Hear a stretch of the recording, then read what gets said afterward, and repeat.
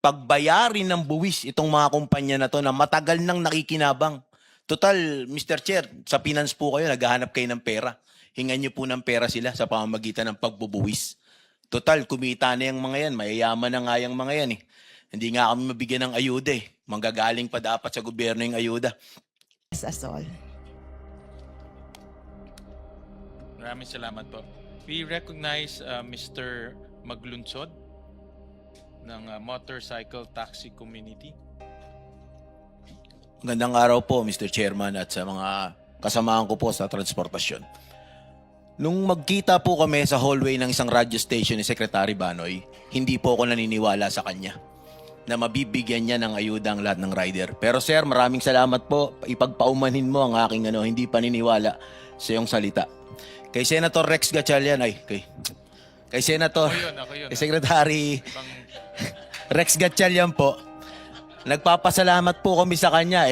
Kahit gusto niya na kaming alimurain, ay nanatili pa rin po ang pagiging mabuting taga Valenzuela niya po. Salamat po sa pag-intindi sa aming mga matitigas ang ulo na rider. At ako po ay pumunta rito sa bulwagan na to hindi para maging bayaran at maging berdugo nitong mga katabi kong TNC. 2017 pa po, alam ko nang sobra-sobra ang billing ng motorcycle taxi. 2017 pa. Kung ngayon po nagulat kayo sa dami, hindi na po ako nakakapagtaka yun. Dahil siguro panahon na para itong regulasyon sa MC Taxi tuluyan ng masaligal.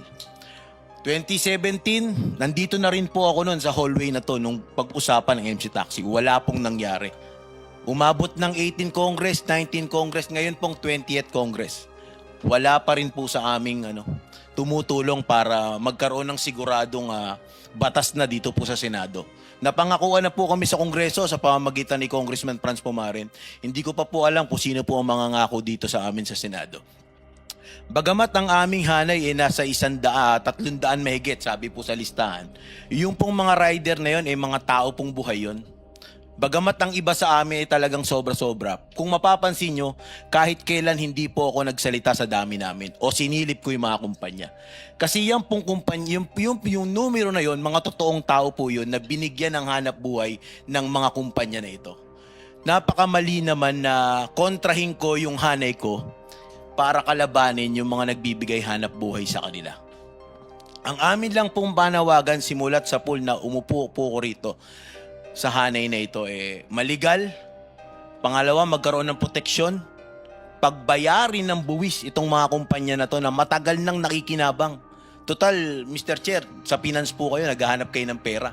Hingan niyo po ng pera sila sa pamamagitan ng pagbubuwis. Total, kumita na yung mga yan. Mayayaman na nga yung mga yan eh. Hindi nga kami mabigyan ng ayuda eh. Manggagaling pa dapat sa gobyerno yung ayuda.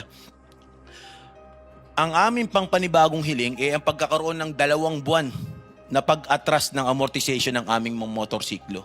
Para kahit papano matulungan kami na hindi naman muna magbayad ng mga monthly namin na motorsiklo at sa susunod na taon na po namin sana mabayaran habang ang krisis ay meron pa. Nagpapasalamat po kami at kahit papano sinasama kami ng DSWD sa AX.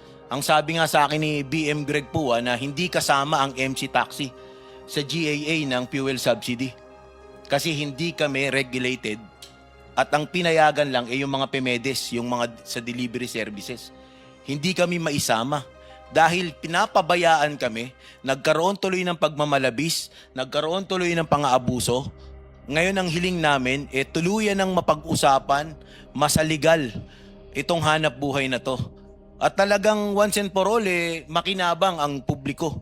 Magkaroon ng proteksyon sa rider, magkaroon ng proteksyon ng pasahero na kung magkaroon ng insurance, kung merong mamatay, may aksidente, kaninong ahensya lalapit, sinong mananagot, sino ang pupugutan natin ng ulo sa hindi nila pagsunod. Kaya nagkaroon po ng pagmamalabis dahil walang batas eh. Alam naman natin, pagka walang batas, walang krimen. Ang tagal po naming inilapit yan dito sa Senado, sa Kongreso, pero ganun po talaga siguro mga walang pera eh. Hindi pinakikinggan. Kasi napansin ko yung mga magsasaka, hindi na pakikinggan. Mangingisda, hindi na pakikinggan. Ang jeepney driver, hindi na pakikinggan. Ngayon, kami po, kakasali lang namin sa transportasyon. Hindi rin po kami mapakinggan eh. Hindi ko alam kung anong kulang sa amin, pero siguro, pangit lang talaga mga pagmumukha namin at ang mga, lagi kami nasa arawan eh. Lagi kami nasa ulanan. Ang hanap buhay namin eh, minsan eh, problemado pa dahil sa kawalan ng regulasyon. At sana ang hiling namin, ibigay sa amin ang prangkisa sa bawat isa. Yun lang po. Maraming salamat po.